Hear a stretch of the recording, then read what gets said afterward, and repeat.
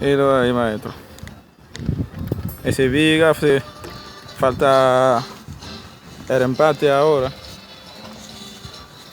Casi completo. Esa ya.